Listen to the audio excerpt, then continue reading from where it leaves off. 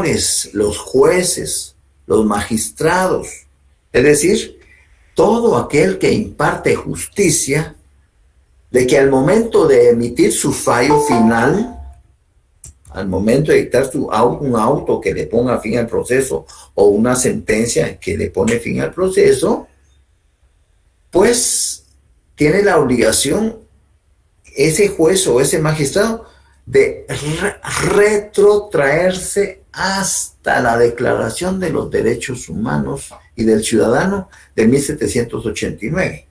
Imagínense qué gran responsabilidad es la de ser un juzgador, que debe de conocer el derecho, no solo el derecho y el ordenamiento jurídico de su país, sino regresar hasta la Declaración de los Derechos Humanos, tratados, convenios en materia de derechos humanos, doctrina, jurisprudencia. O sea, ser un juez es realmente una gran responsabilidad, porque debe de conocer el derecho, no de memoria, porque al aplicarlo él tiene que integrar, pero se tiene que retrotraer hasta 1789 con la Declaración de los Derechos Humanos y del Ciudadano. Si es de que si alguno de ustedes aspira en determinado momento a una judicatura, de verdad que tienen que ser muy estudiosos y muy responsables con su actividad a desempeñar, porque un juez sí tiene una gran responsabilidad al conocer no solo el ordenamiento jurídico vigente del país, sino retrotraerse hasta la declaración, es decir, todos los tratados y convenios. Claro, no los maneja, pero ahora con la tecnología, pues él tiene al alcance de sus manos, pues tratados, convenios, jurisprudencia, doctrina legal, etcétera, etcétera, etcétera. Bien. Siempre en esa misma página 3, pero en la hoja del lado derecho, que todos lo deben de tener a la mano ahorita, dice: el mismo fixamudio, cuyo esquema, estamos en la página 3 de la comprobación de lectura, para aquellos que la tienen a mano.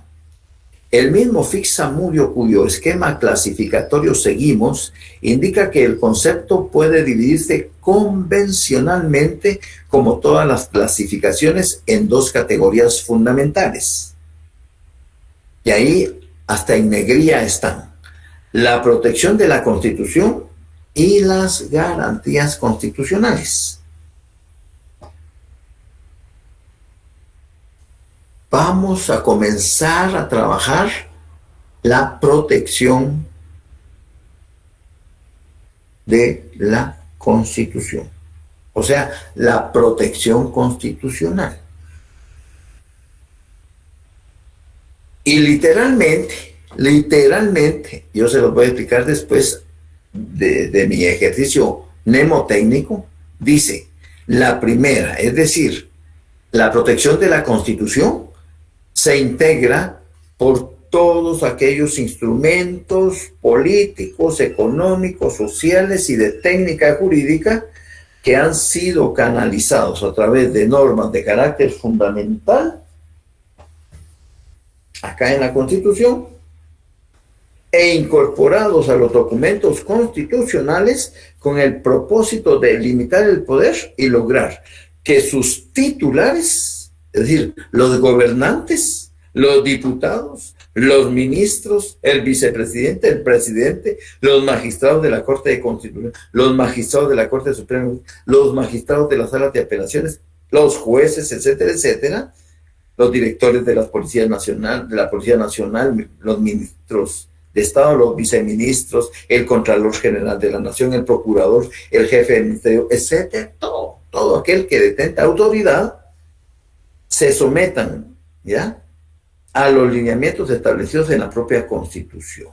Es decir, para que la Constitución funcione en ese aspecto fisiológico, así como funcionamos nosotros fisiológicamente, es decir, ¿qué sucede? Por ejemplo,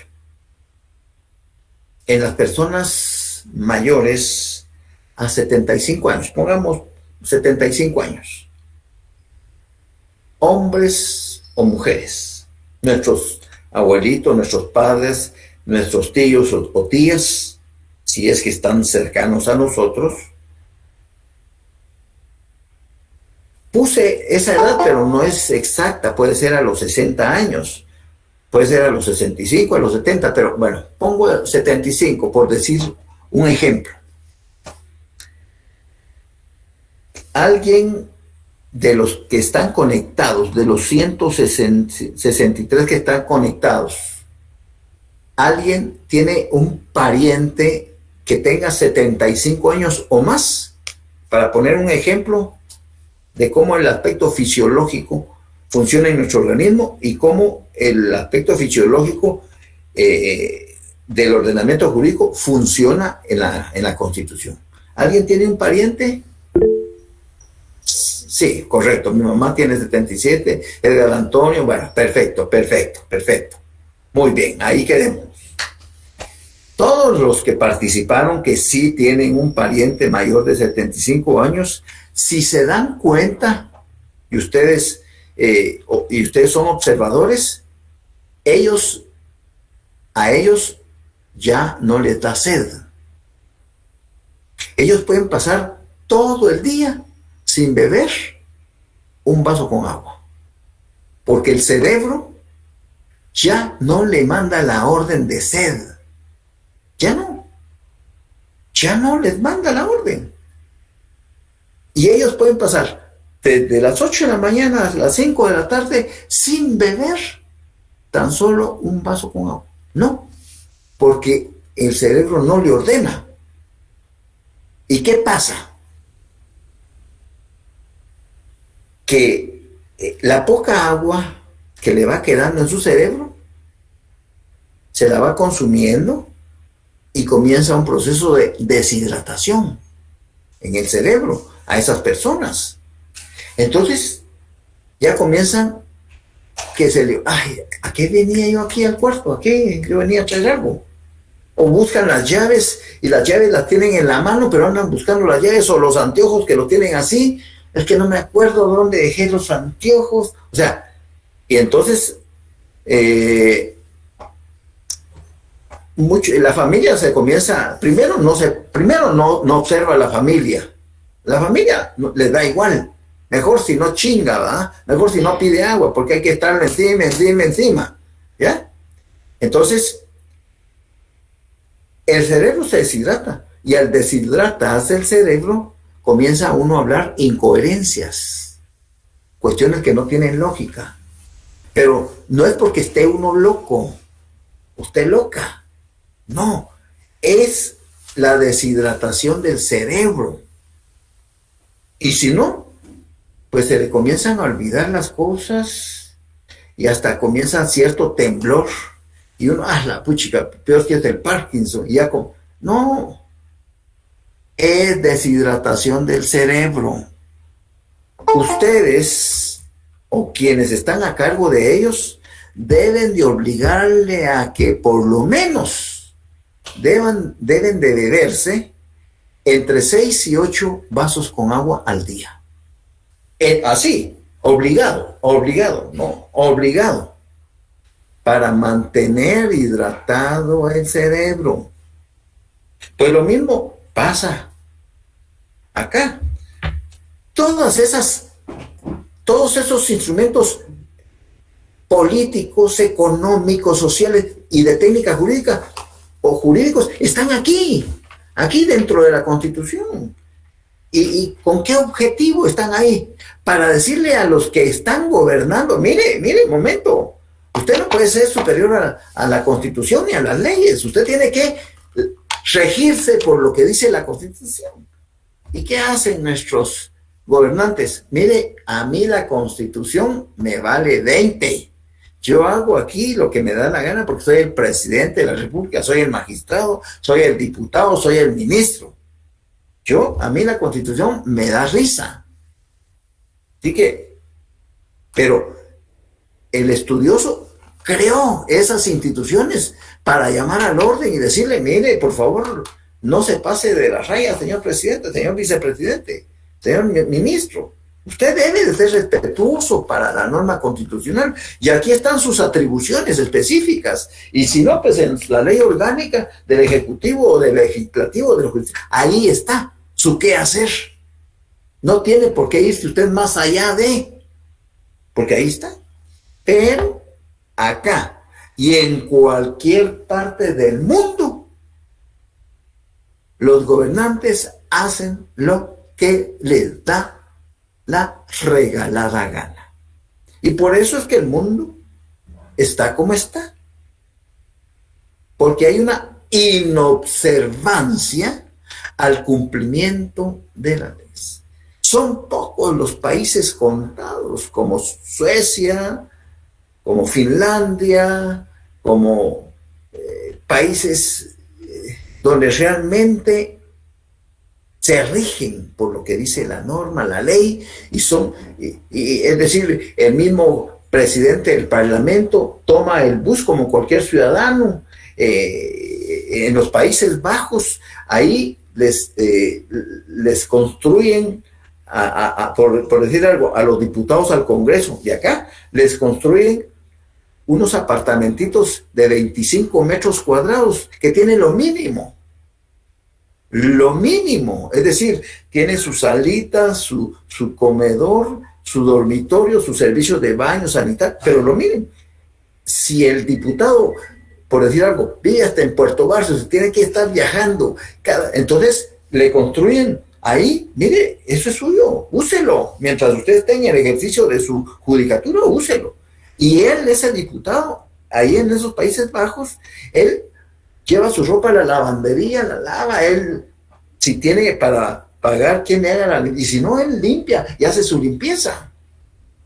O sea, no se sirven del poder para ejercer la función para las cuales fueron designados, sino ellos están sirviendo a su país, están sirviendo a su población y no se están aprovechando acá. Aquí, imagínense que nuestro presidente es uno de los mejores pagados del continente, uno de los mejores pagados.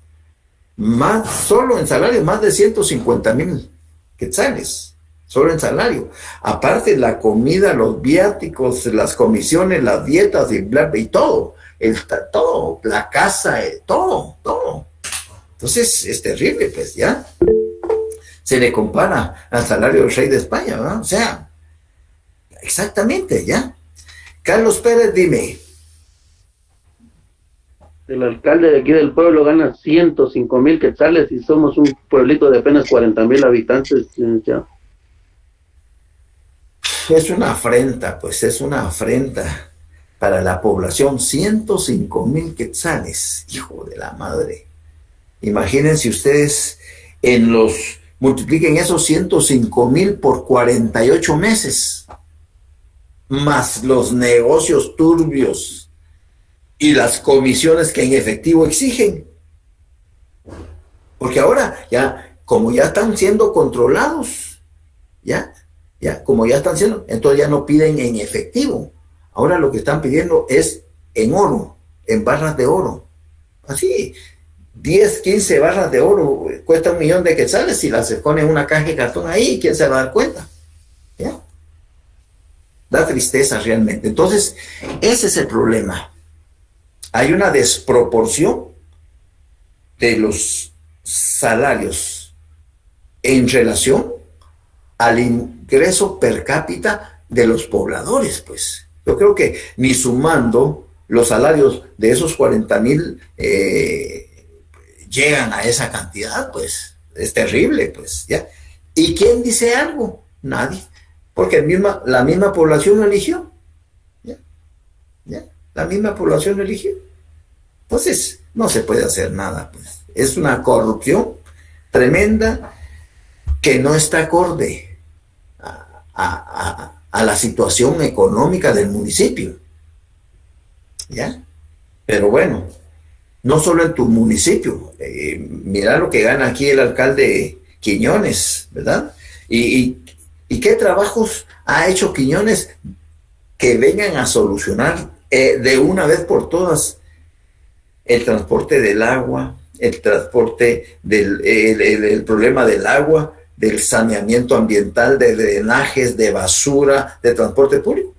Pero ni Arzú, que estuvo 4 periodos continuos, hizo nada. ¿Por qué? Porque no les interesa. Al momento en que se resuelve un problema, esos ya no tienen cómo seguir robando.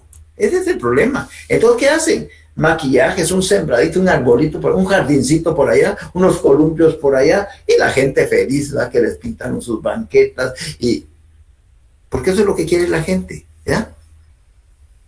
¿Ya? Es terrible.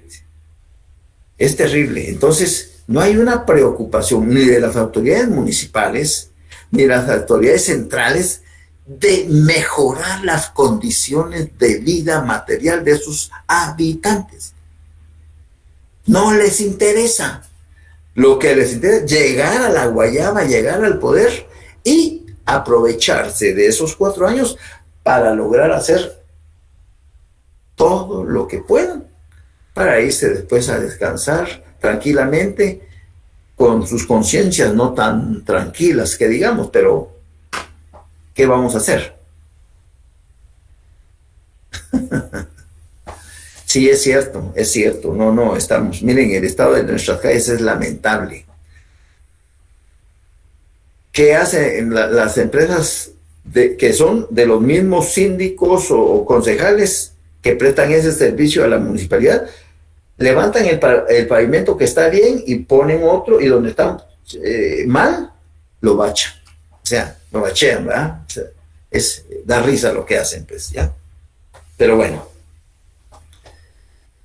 Entonces, dice Héctor Fix Zamudio que para estudiar el tema de la defensa de la Constitución lo podemos hacer desde una clasificación así. 1, como protección a la Constitución, y 2, como garantías constitucionales.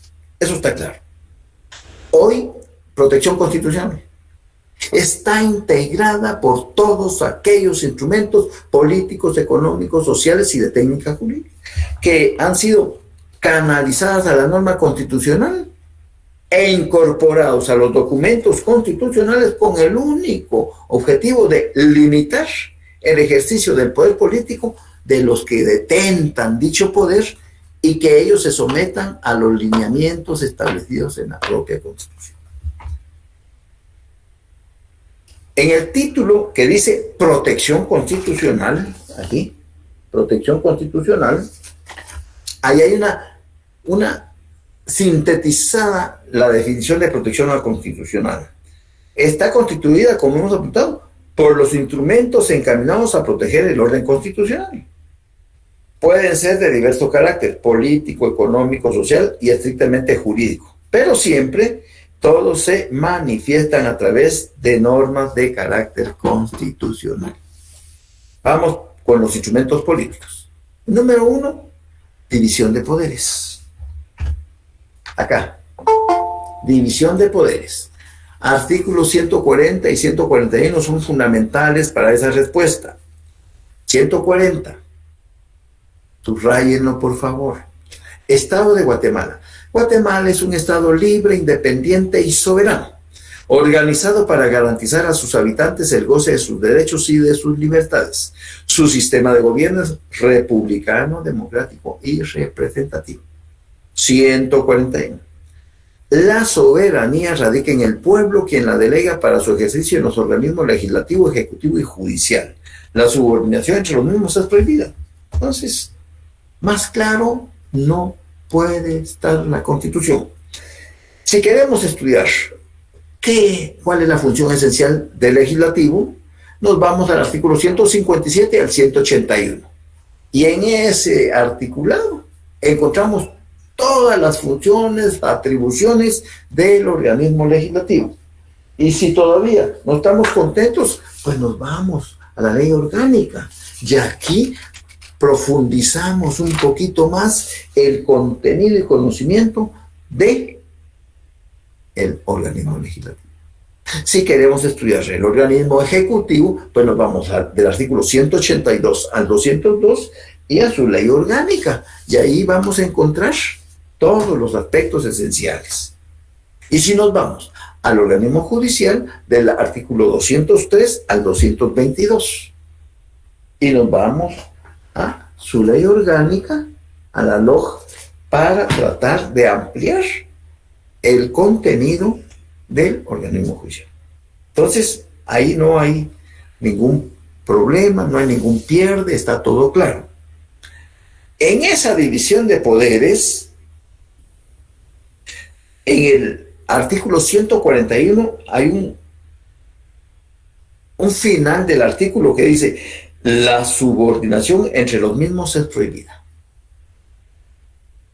Quiere decir que ninguno de los tres organismos debe estar sometido a la competencia y jurisdicción de otro organismo del Estado. Pero acá en Guatemala, desafortunadamente, no es que estén sometidos. Aquí fueron cooptados. El Ejecutivo cooptó al Judicial y cooptó al Legislativo, y lo que hay es una dictadura de partido. Porque al final el que manda es el presidente de la República. Se hace lo que él dice. Y los otros organismos del Estado, como simples obedientes y no beligerantes, obedecen lo que él les pide. Es triste, pero es la realidad. Lamentablemente, si cada organismo del Estado cumpliera con la finalidad, entonces se aplicaría la teoría de los frenos y contrapesos. Un verdadero equilibrio en el ejercicio del poder político garantiza necesariamente la libertad política. Un verdadero equilibrio en el ejercicio del poder político garantiza necesariamente la libertad política. Pero aquí no existe esa libertad política entre los tres organismos del Estado por la cooptación, no solo de esos, sino también de las instituciones que conforman el sector justicia. Llámese Ministerio Público, llámese Corte de Constitucionalidad, llámese Defensa Pública, etcétera, etcétera, etcétera. Muy bien.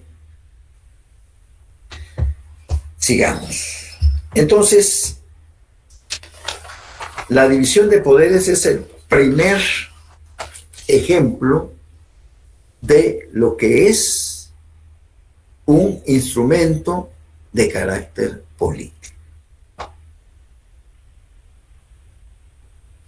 En la siguiente página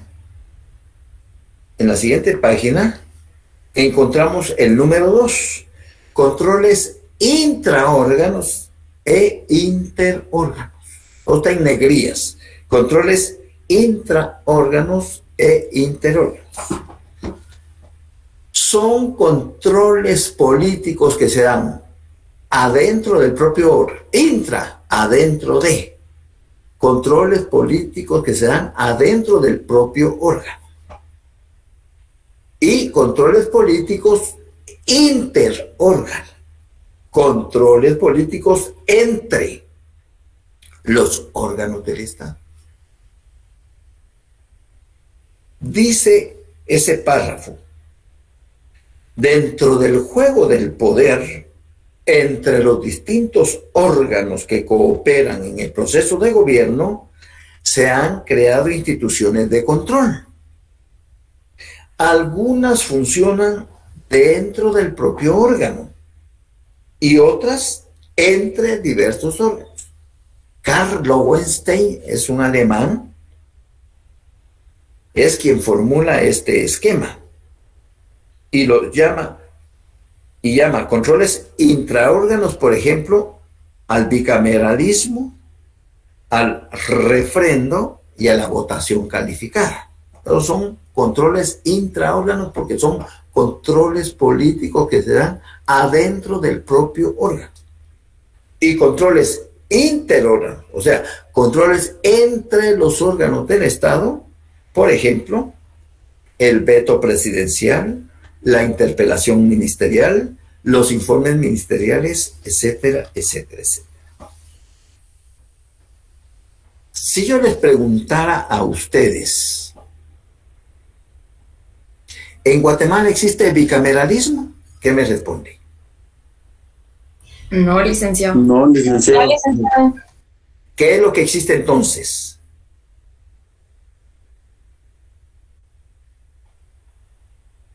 ¿Qué es lo que existe? ¿Unicameral? Unicameralismo, ¿va? Única. ¿Por qué? Porque hay una sola asamblea.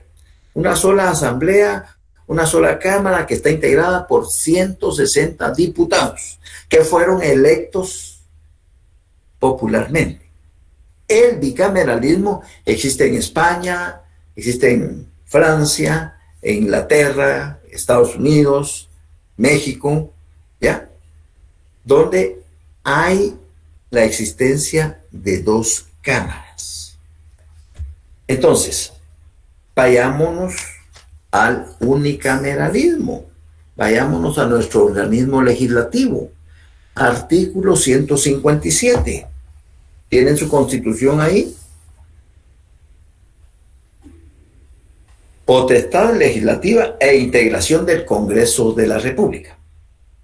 La potestad legislativa corresponde al Congreso de la República, compuesta por diputados electos directamente por el pueblo en sufragio universal y secreto por el sistema de distritos electorales y lista nacional para un periodo de 4 años, pudiendo ser reelectos.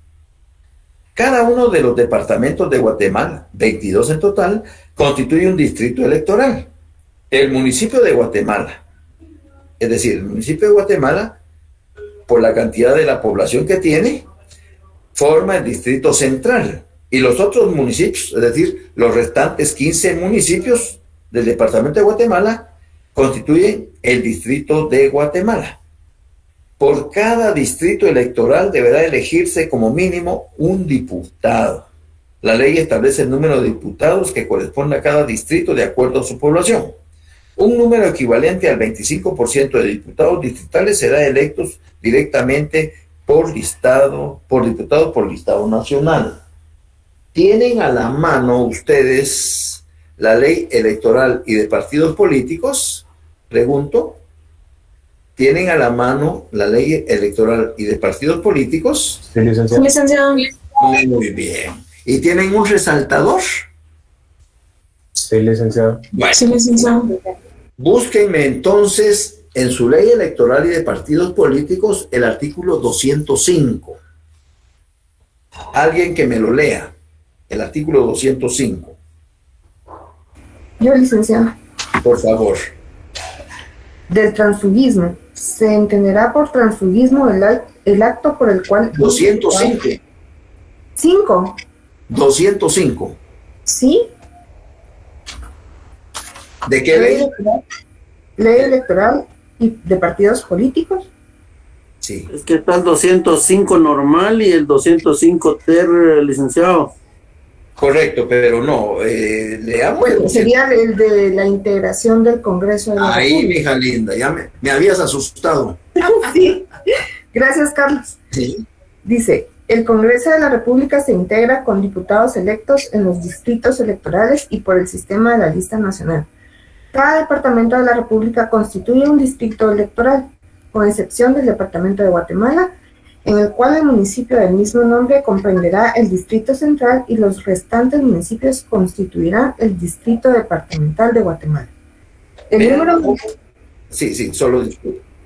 Solo vean cómo va congruente la norma constitucional con esta otra norma constitucional, la ley electoral. ¿Cómo va congruente? Sigue, por favor. El número de diputados distritales no excederá de 128, el cual será distribuido de la forma siguiente. Distrito Central. Ahí están todos los 160 diputados, ¿verdad? Distrito Central, 11 diputados, Distrito de Guatemala, 19 diputados, Zacatepeques, 3 diputados, El Progreso, 2 diputados, Chimaltenango, 5 diputados, hasta llegar a Jutiapa con 4 diputados. Luego al final dice, Los 32 diputados electos por el sistema de lista nacional constituyen el 25% del número total de diputados distritales que integran el Congreso. Y ahí están los 160 diputados. Entonces, ¿qué favor me van a hacer? Al artículo 157 le ponen un asterisco en su constitución y le ponen así, ver harto 205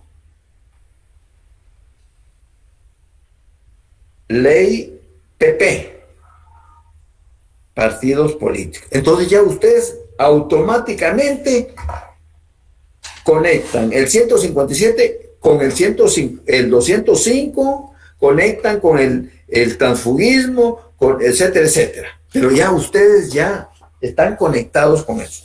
¿Lo hicieron? ¿Podría repetir, licenciado, por favor? Con mucho gusto.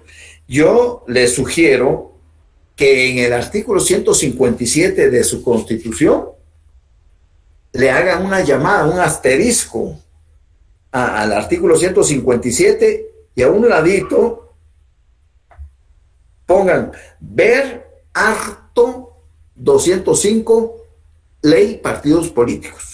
Ya saben, o las iniciales, ley EPP. Entonces ya ustedes saben que es la ley electoral y partidos políticos, pero ya se conectaron automáticamente sin querer con esa tela de araña. Eso se llama tela de araña. ¿Me entendiste?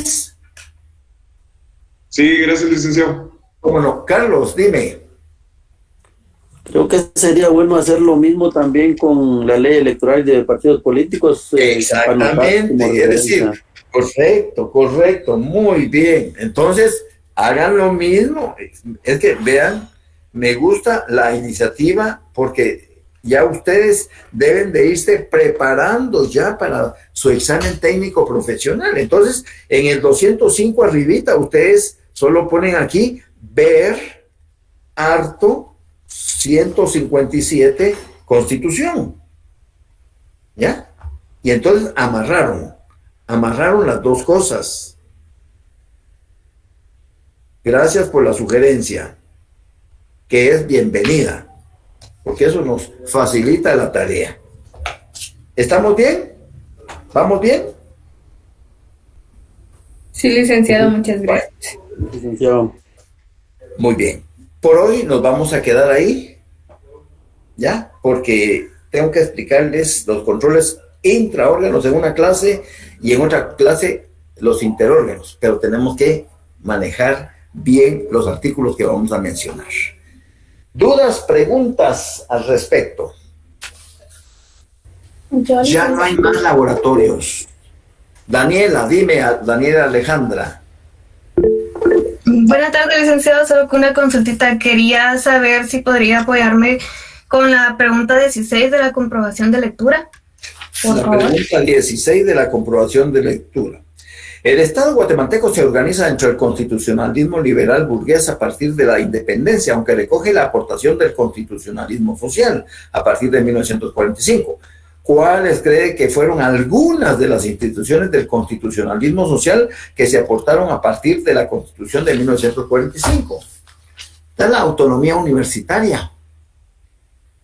Está la creación del Código de Trabajo. Está la creación del Instituto Guatemalteco de Seguridad Social. Está la participación de las mujeres en las votaciones de carácter general. Por decirte 4, ¿ya? Hay más, pero ahí hay 4. Muchas gracias, licenciado. Mildred Daniela Paredes, dime. Muy buenas tardes, licenciado. Buenas tardes, hija, dime. ¿Está bien? ¿Tu duda? Sí, no es duda, es una observación de la clase del viernes. ¿Cómo no? Me di cuenta que de último expulsó 2 preguntas, la 30 y 31 del 10º laboratorio. Tienes razón. Lo cual no estoy de acuerdo y le voy a explicar por qué. Ya. En las clases anteriores Entonces, dado el caso que se ha expulsado alguna que otra pregunta, como es la votación por cédula o votación breve, el cual sí estoy de acuerdo, pero estas no. ¿Por qué? Usted ha dado una explicación y muy bien fundamentada. Por ejemplo, ese mismo día, el viernes, un compañero preguntó sobre la 31 y usted hasta se fundamentó de la ley de amparo y exhibición personal, lo cual podríamos hacer que la reformulemos, la pregunta. Las dos. La 30, quítele la palabra acuerdos y ahí está. Queda excelente con la explicación que dio en clases pasadas. Y en la 31... Vamos a ir despacio. Ah, bien, perfecto. Vamos a ver. La 30, ¿qué me dices? Quítele la palabra acuerdos, que esa es la que hace ruido en esa pregunta. Contra las resoluciones del Tribunal Supremo Electoral que el recurso cabe. Nulidad y amparo. Sí. Usted ya le había dicho. Y la 31, la palabra carácter extraordinario. Carácter extraordinario. Sí, y con ese queda el amparo. ¿Qué recurso? Y así no hay necesidad de expulsarlos, a mi consideración. Pues no hay problema. ¿Qué recurso puede interponerse en contra de la resolución definitiva del tribunal? El amparo. Pues está bien, bienvenida. Corríjanla todas, por favor. Muy bien. No, aquí no. Gracias. No somos así. Al contrario, todo lo que ustedes, yo con ustedes aprendo.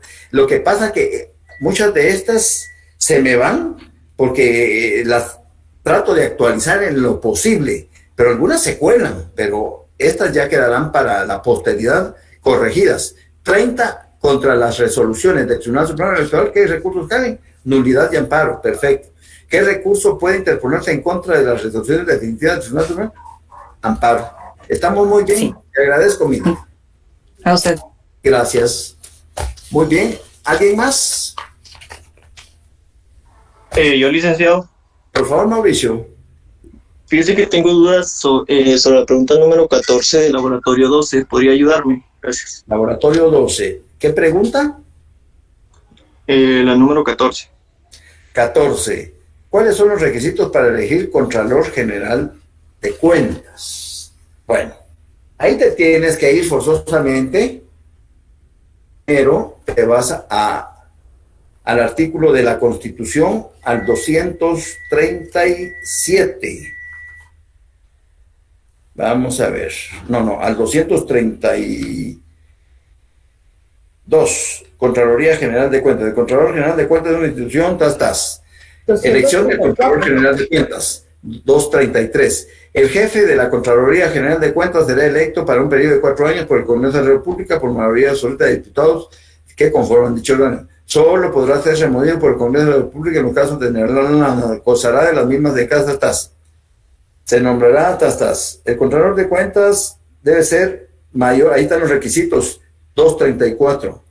Debe ser mayor de 40 años, guatemalteco, contador público y auditor de reconocida honorabilidad y prestigio profesional, estar en el goce de sus derechos ciudadanos, no tener juicio pendiente en materia de cuentas y haber ejercido su profesión por lo menos 10 años. Ahí está en el 234 de la Constitución. Muchas gracias, licenciado. Para servirte, ya alguien había respondido ahí. Licenciado, yo tengo una pregunta del laboratorio 10, la pregunta 14. Del laboratorio 10. La pregunta 14. Contra la fusión de partidos políticos, se me fue un número 7, pero dice, contra la fusión de partidos políticos solamente cabe oposición por el incumplimiento de las formalidades que señala el artículo 78 de la ley electoral y de partidos políticos. ¿Quiénes podrán oponerse a dicha fusión? Entonces, ahí está la asamblea de los partidos políticos, te vas al artículo 78 y ahí claramente te dice: la fusión debe ser aprobada previamente por las asambleas nacionales de cada uno de los partidos políticos participantes, ¿ya? Con el voto favorable de más del 60% de los delegados inscritos y acreditados en cada asamblea nacional. Esa es la respuesta. ¿Alguna otra? Gracias, Lic. Licenciado, buenas tardes, disculpe la pregunta. En la clase anterior yo le había pedido ayuda con la respuesta del laboratorio 12, la pregunta 28. La pregunta 28. Sí, del laboratorio 12. La pregunta 28 del laboratorio 12. Pero usted indicó que hoy podría tener la respuesta, pero no sé si... Vamos a ver. Este departamento tiene como función principal garantizar el derecho de acceso a la información pública generada por la Contraloría en el desempeño de sus atribuciones y en cumplimiento a lo establecido en la Ley de Acceso a la Información Pública. ¿Qué nombre recibe? ¿Alguien tiene la respuesta? El Departamento de Acceso a la Información Pública. ¿Qué artículo es?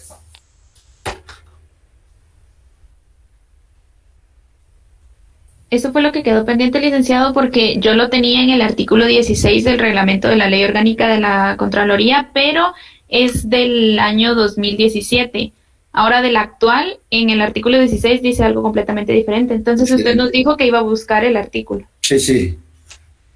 Sí, licenciado, yo estuve averiguando eso porque no encontré ni un artículo, igual como que queda en duda. Sí, sí. ¿Y entonces qué respuesta encontraste? Es que aparece como Departamento de Acceso a la Información Pública, pero en el artículo... ¿Qué artículo, dime? ¿Qué artículo es ese? Supuestamente el 16, pero en la actual ya no aparece. O sea, aparece en el artículo 16, pero del 2017, no del actual.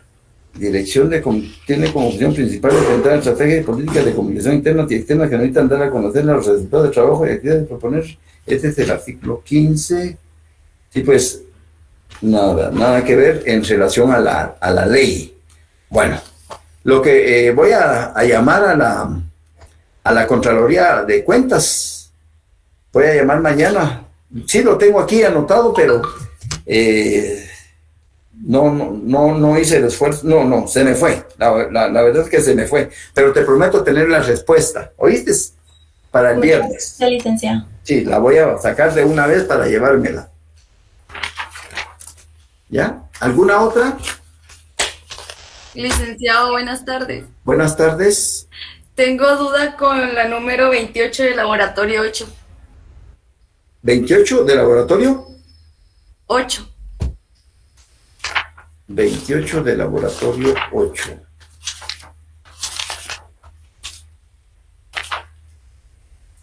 ¿De qué autoridad administrativa y por conducto de quién dependen los gobernadores departamentales?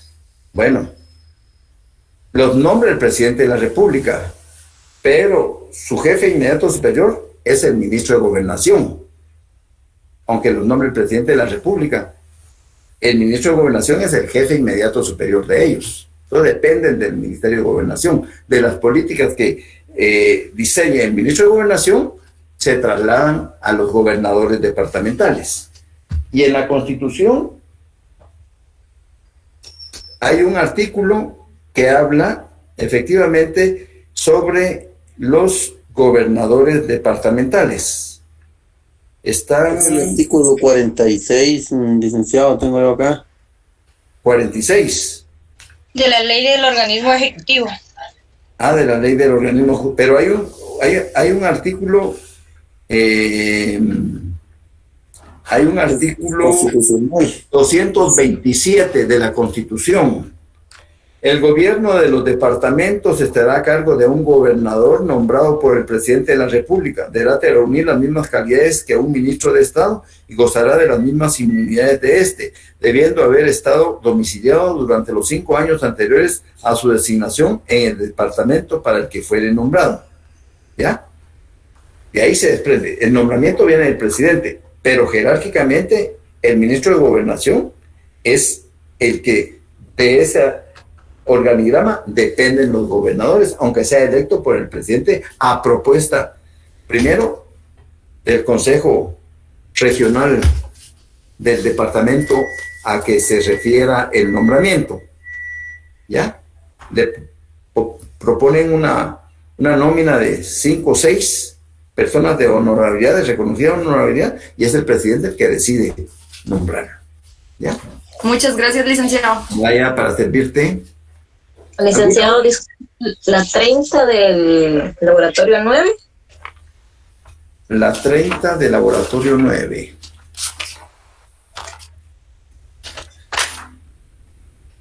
De acuerdo a las normas de derecho internacional privado, ¿cómo se regula el estatuto personal? Esa respuesta la encontrás en la ley del organismo judicial. ¿Alguien tiene la respuesta? En el artículo 24. Artículo 24.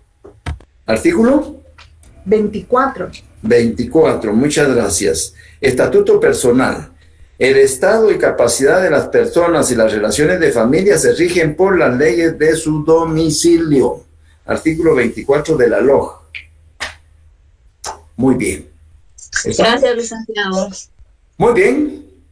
Nos vemos entonces el próximo viernes, si Dios nos permite. Ya no hay más laboratorios. ¿Estamos? Gracias, licenciado. Muchas gracias. Feliz día. Buenas tardes. Feliz tarde. Feliz tarde, licenciado. Feliz tarde, licenciado. Un abrazo. Buenas tardes.